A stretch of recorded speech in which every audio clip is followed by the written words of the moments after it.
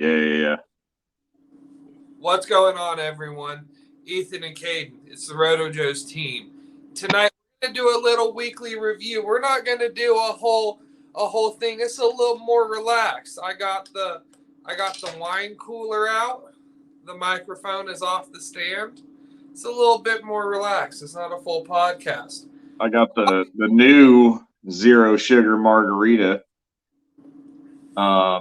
They fixed it because the other shits were way too sweet.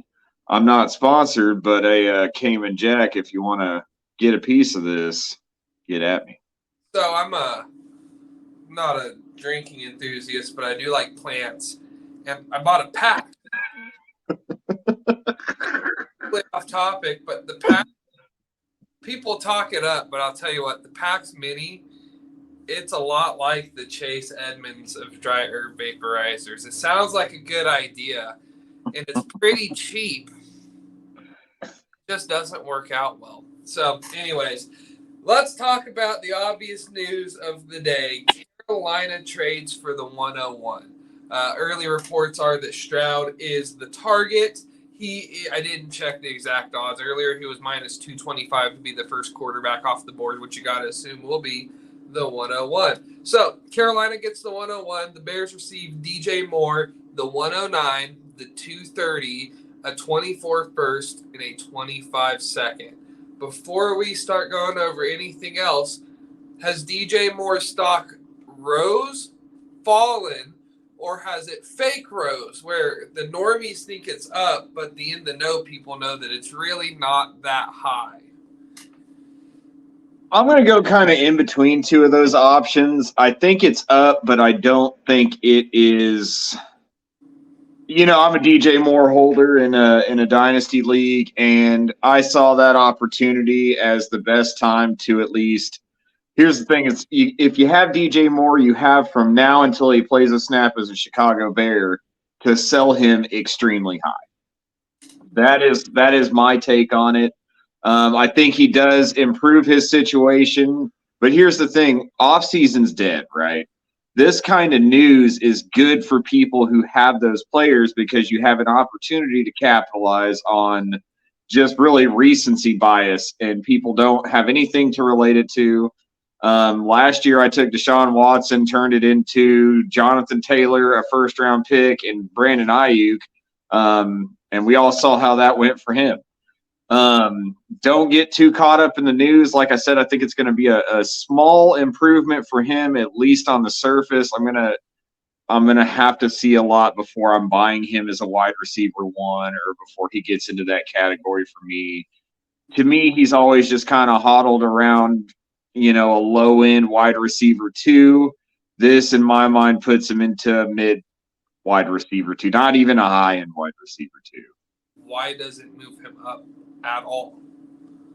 Because Justin Fields is the best quarterback he's played with. Ever had, and the worst passer he's played with in the last 3 years. There, I said it. That's a bold fucking take. So who are the other ones? We were talking about this before you started recording. Bridgewater and Darnold. I'll take both of those guys as a passer over Justin Fields. I think that Justin Fields is a dynamic runner, don't get me wrong, but the guy he's not accurate. And it's not like Josh Allen inaccurate. No, it's just inaccurate. And I'm sure DJ Moore helps a little bit, but I don't think this situation is any different, and it's no better.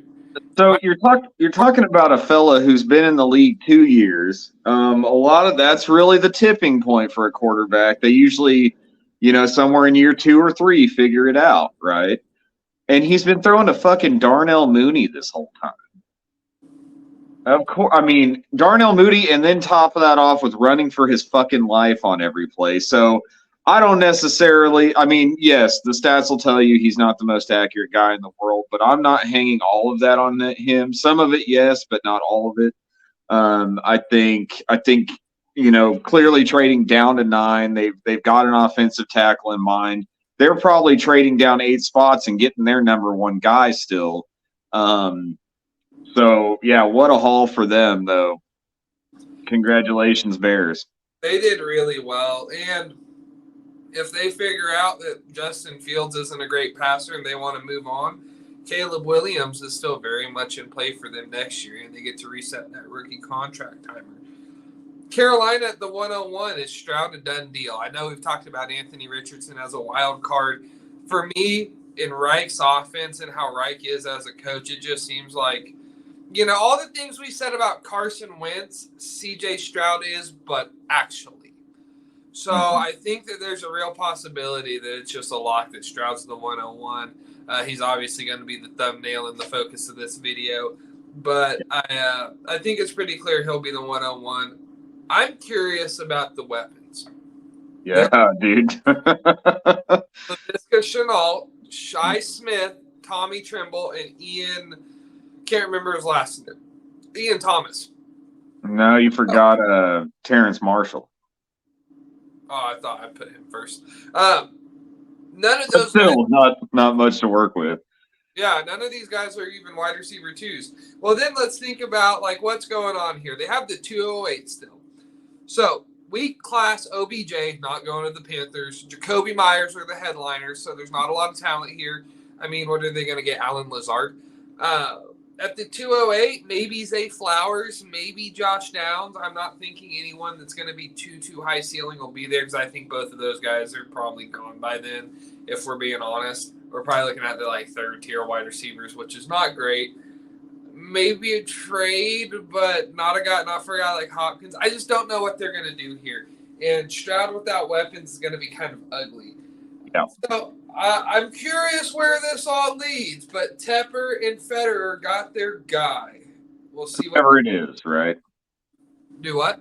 I said they got their guy, whoever it is. They went out and did what they needed to do to get up there.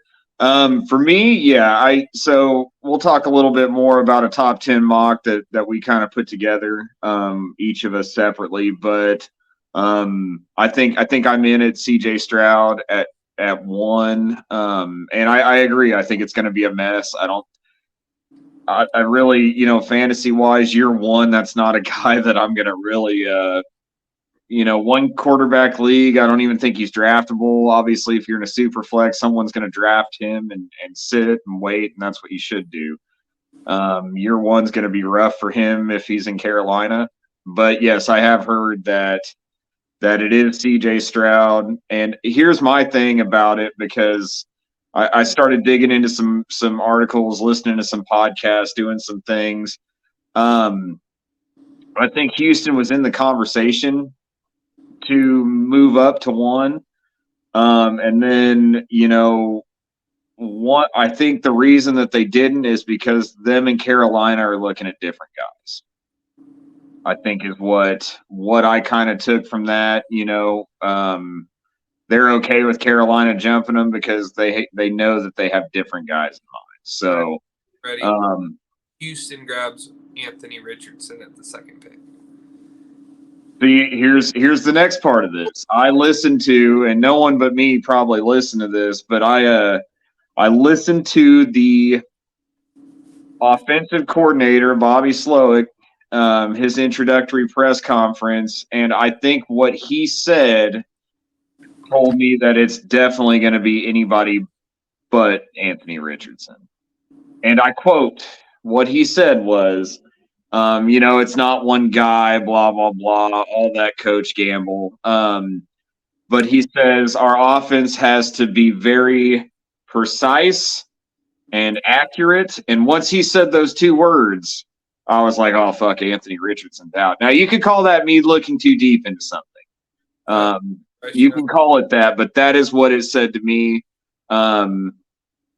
They are not going to go for a developmental passer, I don't think. Not saying it won't happen, but that interview alone told me it's probably not going to be Anthony Richardson. Obviously, if Bryce Young's there too, I think that's where we go. All right. DJ Moore for Jahan Dotson in a 23-204. Which side wins? Say that again? Jahan Dotson in the 23-204 for DJ Moore. Ooh.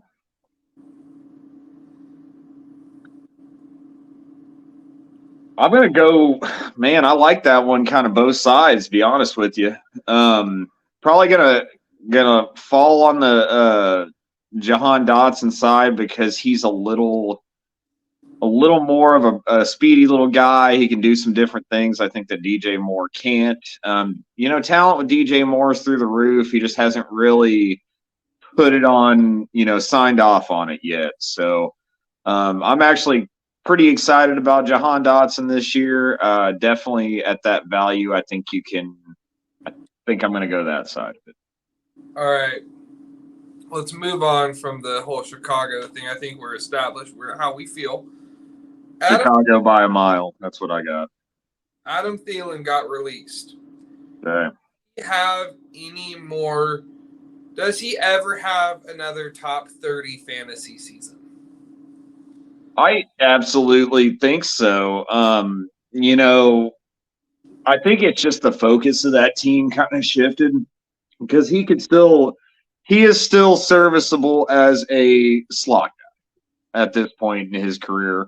Minnesota legend, clearly went to high school in Minnesota, went to Minnesota State, undrafted rookie for the Vikings, went out and made a bunch of money there, had some really good years.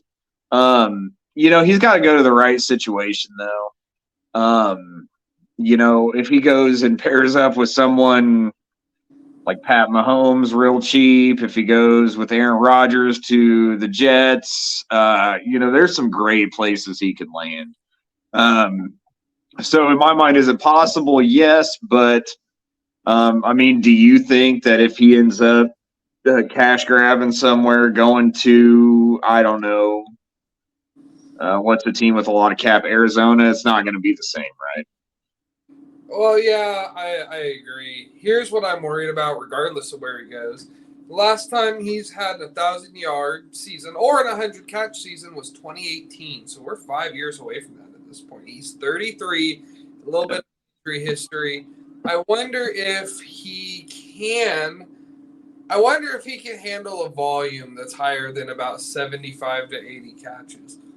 And that's where I'm a little worried. But if you're a contending team and you can send like a 3rd-round pick for him, go do it. Yeah, fuck yeah. I think that's a worthwhile trade.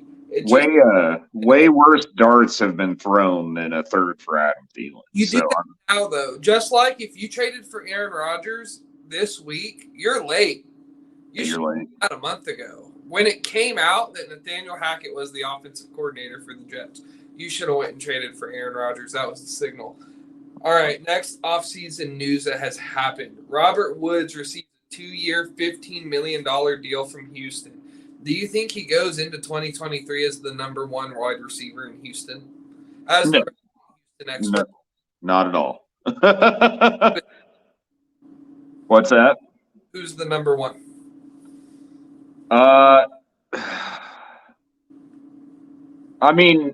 I think it's Nico Collins on the surface. It'll depend on where Mechie is and his recovery. But I think it'll be Nico Collins. I think Brandon Cooks is traded, released. He's not happy there. He doesn't want to be there. He didn't really have the greatest season. I know we had Davis Mills throwing him the ball, but his contract also is pretty bad. So I'd like to see us trade him.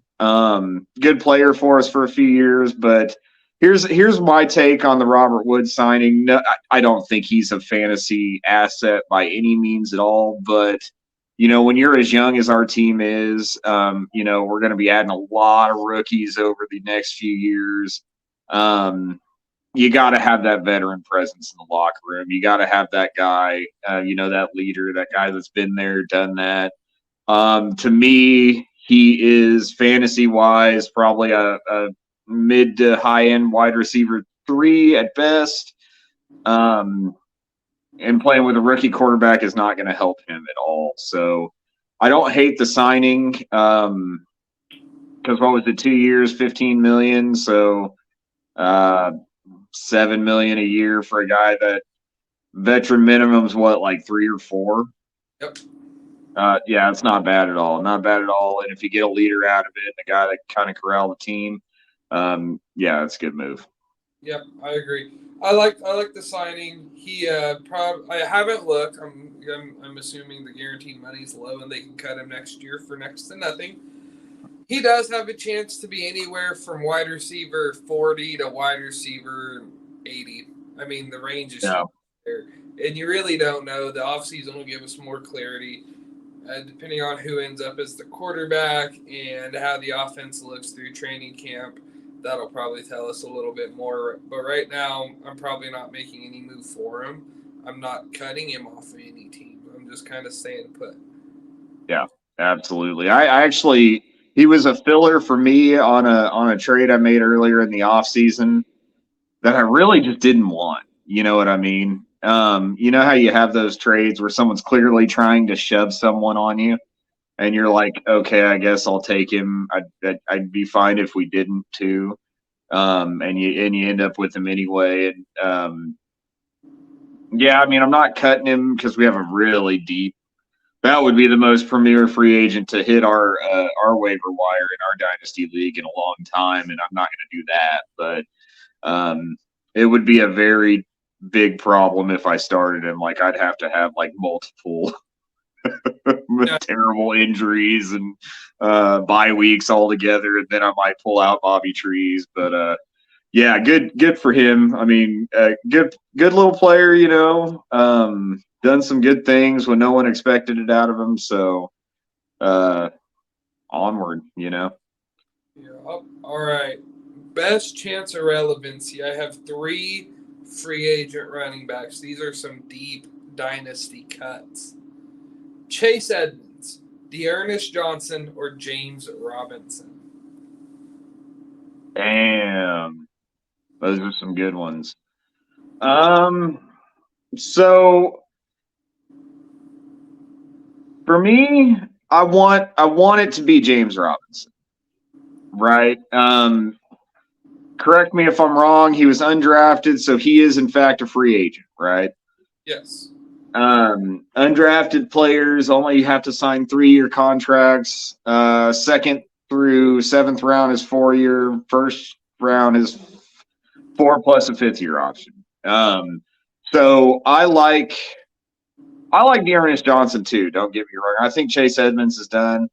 For whatever reason, may it be that he had a shitty contract and he needs another fresh start somewhere, but he just really didn't produce anywhere but Arizona. You know, we were all hype on him going to Miami. Didn't work out. And you look at the Broncos situation, and them cutting Chase Edmonds was probably a contract thing, but B, they would have ate that contract if they felt like they had to. So that told me a little bit something about Javante's recovery that is probably going okay. Because I don't know who the fuck else is on the roster at this point. Probably nobody. They're going to have to address that somehow, whether it be free agency or something else. But um, yeah, it told me a lot. Dearness Johnson, I think he definitely has potential. The question is, I don't know how long he has left on his contract. It's not going to be any good in Cleveland. All three of these guys are free agents. Oh, is Dearness Johnson a free agent? Got cut. He would have to go somewhere with a questionable starter for me to get really all that excited about him. You know, it's going to be a low money deal somewhere, but ultimately for me, I'm going to go James Robinson because James Robinson could flop to the Atlanta Falcons and probably have a halfway decent season, right? Ready, Chase Edmonds to New England.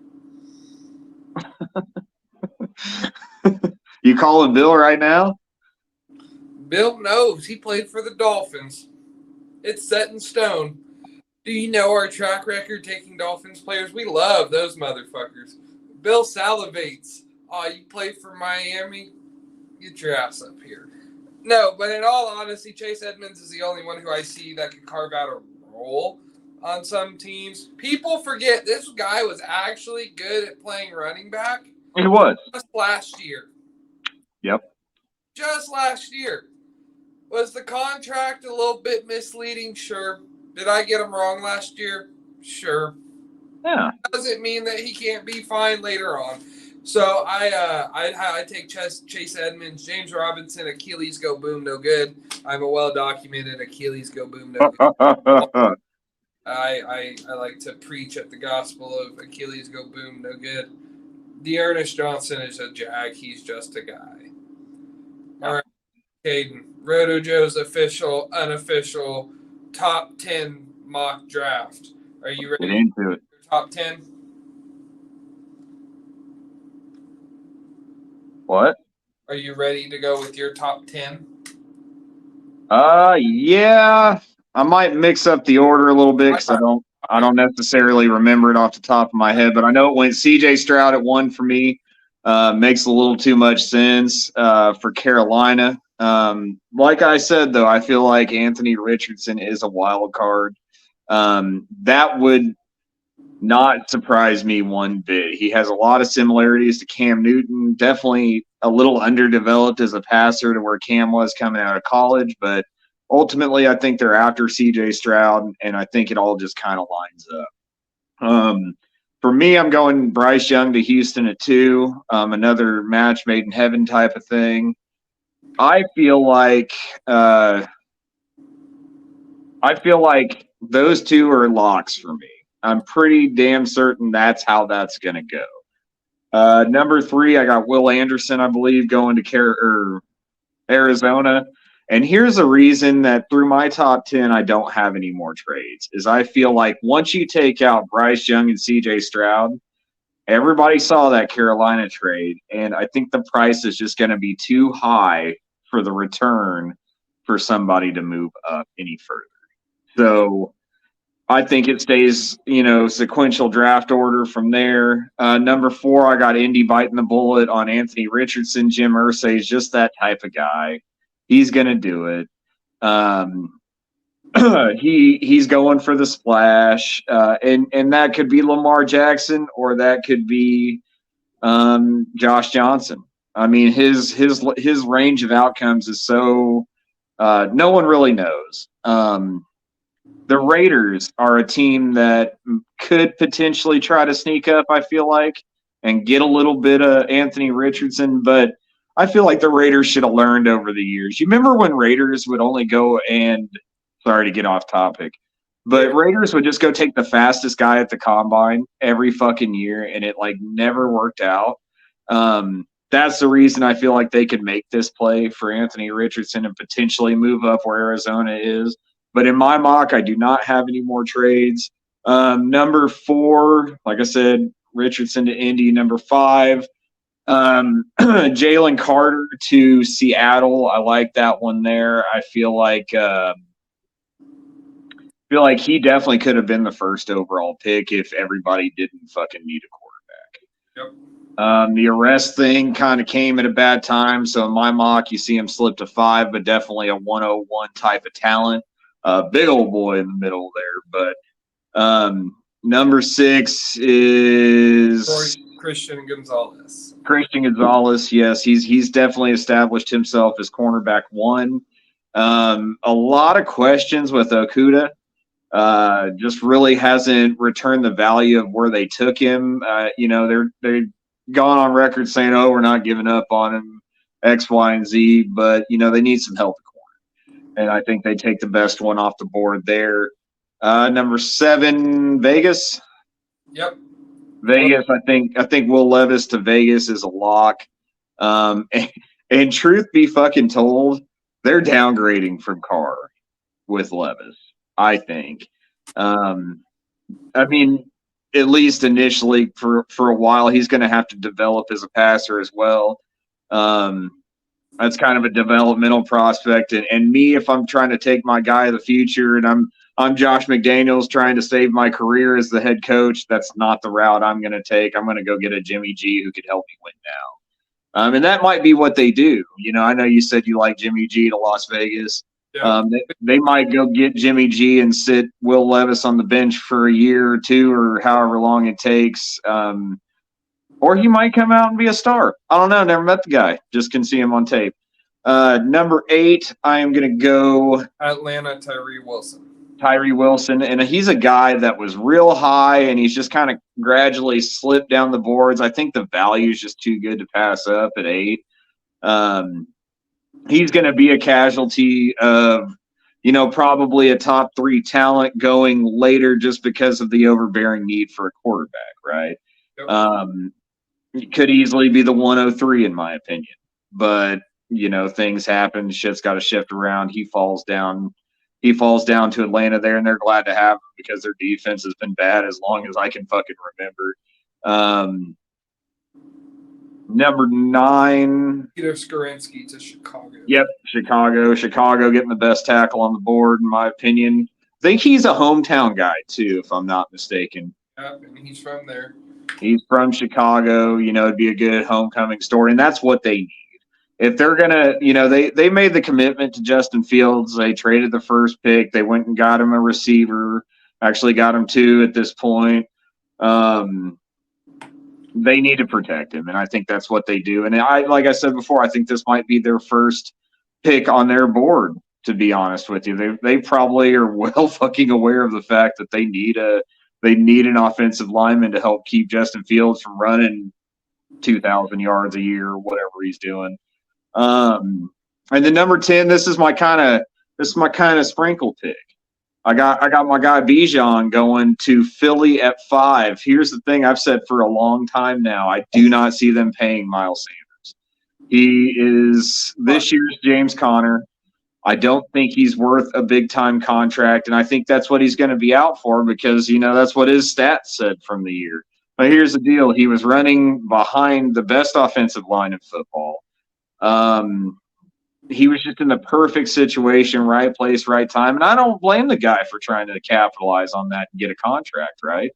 But dude, he ain't it. He's not a Christian McCaffrey. He's not a Dalvin Cook. He's not a Derrick Henry. He's not even in the same realm as these guys. So I think he goes off, gets paid, and they circle back. And they're one of those teams that's built really well, and they can do that kind of shit. That's kind of how I see them. I see them kind of like the Bills. They kind of take these wild ass picks sometimes, but they can do that shit because they have a very good team. So that rounds out my top 10. I think it could be the Wild West after 2, though. I really do. I think it could be all kinds of trades. I don't see it, but that doesn't mean it's not a possibility. No, I 100% agree. My top 10. I have Carolina taking Stroud. I think that's we talked about it earlier. Number 2, Houston trades in division to Indianapolis. I know you're crazy. Hear me out. Indianapolis trades the 104, a 23-2, a 24-1, and a 24-3 for Bryce Young. Why would Houston do this? To stay in the Caleb Williams running, who Bryce Young's a top 5 quarterback to come out in the last 5 years. Caleb Williams might be a top 2 next to Trevor Lawrence. Obviously, Pat Mahomes right now is better than those guys, but I'm talking like out of college where you put them top 2 type talents. I think that it's hard to pass it up, especially if I'm Houston, I'm okay with either Will Anderson or Jalen Carter. I just want one of them. So if I can get one of them, pick up a few extra picks, stay in the Caleb Williams running, sign a Jimmy G, sign a Gardner Minshew, just someone who can be a bridge starter. Maybe you draft Hendon Hooker in the 3rd round. I like that. So Indianapolis picks Bryce Young. I think that Steichen really, really, really likes Young. I think that's someone he would mesh with well. I think he'd do okay with Richardson. However, the college passing numbers scare me off. But if anyone was going to be an outlier, it would be a guy like Richardson. So let me put my 2 cents in on this. Nick Caserio almost got fired this offseason for how things have gone the last 2 years that he's been the GM. I just couldn't see a reality where he's like, hey, Cal, I'm going to punt one more year. Don't fire me, bro. And that ending well because, yeah, I just don't see a reality where he's going to survive another year. And then you add in an interdivision trade. Like, I would rather trade that pick to somebody else that's not Indy and Bryce Young be the second coming of Peyton Manning and fuck me twice a year. So that's why I see. I mean, it's Houston, right? First of all, nothing's off the board. But that's the kind of shit that would make me slam my nuts in a car door. I'm just saying the numbers are numbering here. You want Caleb Williams. I don't care what you tell me. I like Bryce Young a lot. Top 5 quarterback in the last 10 years to come out. I love Caleb Williams, who's tall Kyler Murray. That's who I'm making a play for. You can sign Jimmy G. That's fine.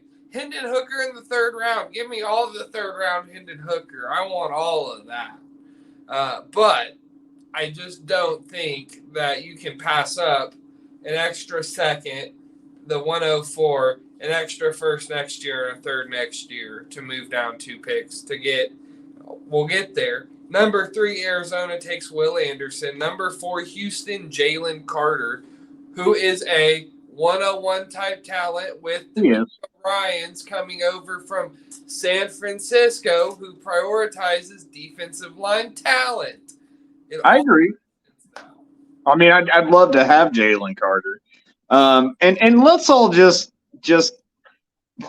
put a blanket over this whole arrest thing, because if you don't remember, there's been a lot of guys over the last few years who get caught up like with some shit that last week before draft day. You remember Laramie Tunsil gas masking it the week before the draft. He's a top 5 talent in the NFL. He did just fine. I don't think, you know what I mean? Like, shit happens with some of these guys, like right before the draft. That's it. That's all. What? He wanted some hair on his chest. I was 16 before. Yeah. That's it. Are you really grown if you haven't hit a gas mask? That's the real question of life.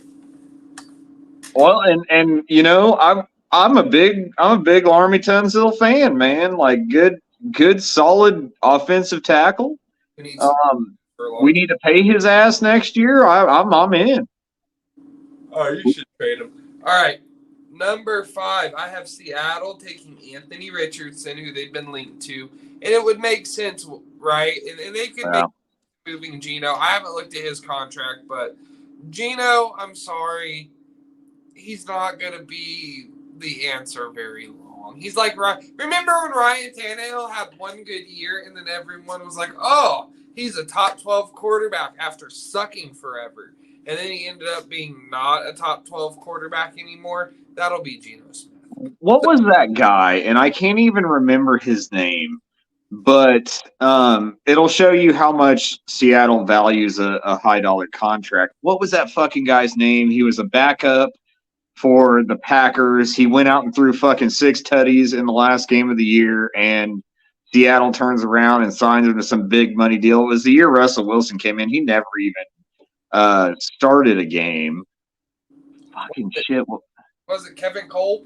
No, he was in Arizona and Philly.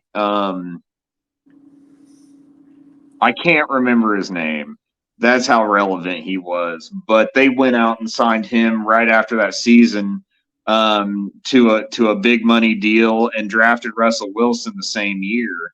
And yeah, the rest is history. I mean, Russell Wilson came in. Huh? It wasn't Matt Flynn. Flynn. Yeah, Flynn. Yeah, so yeah, I love Geno Smith, man. I'm glad he did what he did, but he is not the long-term answer. He's 33, 34, and just now playing good football. They would be irresponsible to not think of the future at this point. So I don't hate Richardson to Seattle. Number 6, I have Detroit taking Tyree Wilson to put on the other side of Aiden Hutchinson. They're cooking with fire there. I think Goff's been pretty good. If I'm Detroit, maybe you take this pick and then you offer Lamar a huge deal. But you got to offer for Lamar. I mean, it makes no sense not to. Number 7, I have the Raiders taking Will Levis, though. I wouldn't be shocked if I hear Jimmy Garoppolo and Brissett signing there, and them taking a defensive player or trading the pick for a player here. Number 8, I have Atlanta. Here's my shake-up pick. They need a tackle. They're not going to take the tiny Peter Skorinski. Arthur Smith, with his power run-blocking scheme, is going to take the Georgia Bulldogs' Broderick Jones, the athletic freak from Georgia. That's a big boy. He's the most athletic tackle. He's 3'11", 6'5". He's huge. I think he's going to be a monster. Atlanta is going to need to just pick up talent, and you need to pick it up this early at the 4 key positions: corner, tackle, quarterback, wide receiver. They're accomplishing that here. Chicago, number 9, Skorinski. I agree with you there. And Philly, number 10. It's silly. I don't agree with drafting a running back in the first round. Pure just stop. If I can get Zach Charbonnet in the late second, why would I draft Bijan 110? So I have Philly grabbing Christian Gonzalez, though I do agree that Miles Sanders is going to be gone. I could see Kenny Gainwell plus put a jag grinder type like Dearness Johnson there, filling out that role. And that would be my top 10. A lot of similarities, a lot of differences, man. This is the time for speculation. More than anything, to anybody who's listened this far in, man, this is the time to really capitalize in the offseason. This is, fantasy-wise, this is where you make those league-altering trades because everybody's bored. There's really nothing happening between now and I guess next week's free agency, but get out there, shoot those shots, see what happens, see what you can upgrade, man. Values are the lowest right now. Yeah, draft picks are worth more right now than they ever will be. So really, I'm really big on sell them if you got them. But it's got to be the right move. You know what I mean? You gotta realistically, and this is why I've probably ran 30, 40 mocks in the last 2 weeks. I have a pretty good idea, of what's going to be available at the picks that I'm at. And if I don't think what I'm getting is a clear upgrade over that, I'm not going to do it. Yep. And that's just kind of how I balance things and how I look into stuff. But definitely could be a good time for you. This is where champions are made, man. Yeah, I won our league last year, and first time doing a contending off season in Dynasty. Christian Kirk for Jahan Dotson. I'm on the Dotson side. Aaron Rodgers and Khalil Herbert for Dalvin Cook and Darnell Mooney on the Rodgers side. And then also Derek Carr for Devontae Adams and a couple late picks on the Adams side. And then Jelani Woods for the 302 on the Woods side. Love those moves. Dynasty right now, you can really fill out the exterior parts of your roster. You can shift around players. Khalil Herbert's a guy that you should have gotten already. Aaron Rodgers, again, when Hackett got hired, that was your signal. Aaron Rodgers is going to be a top 12 quarterback in Green Bay. Do we want anything else? All in this offseason, what did I do? I got Ridley and Saquon. I flipped Saquon for the 102. Flipped the 102 for Gainwell. Kenneth Walker. I've been dealing this offseason so much to where I'm at the point where I'm like, fuck, I don't even think I have anybody that I had last year for the most part. It's been a good offseason, man. Been a good offseason, and we're going to be coming back just every other day, man. Every other day, daily shorts, short form, long form, all types of fun stuff. Gearing up. We had our first 1,000 view video finally, so that's exciting.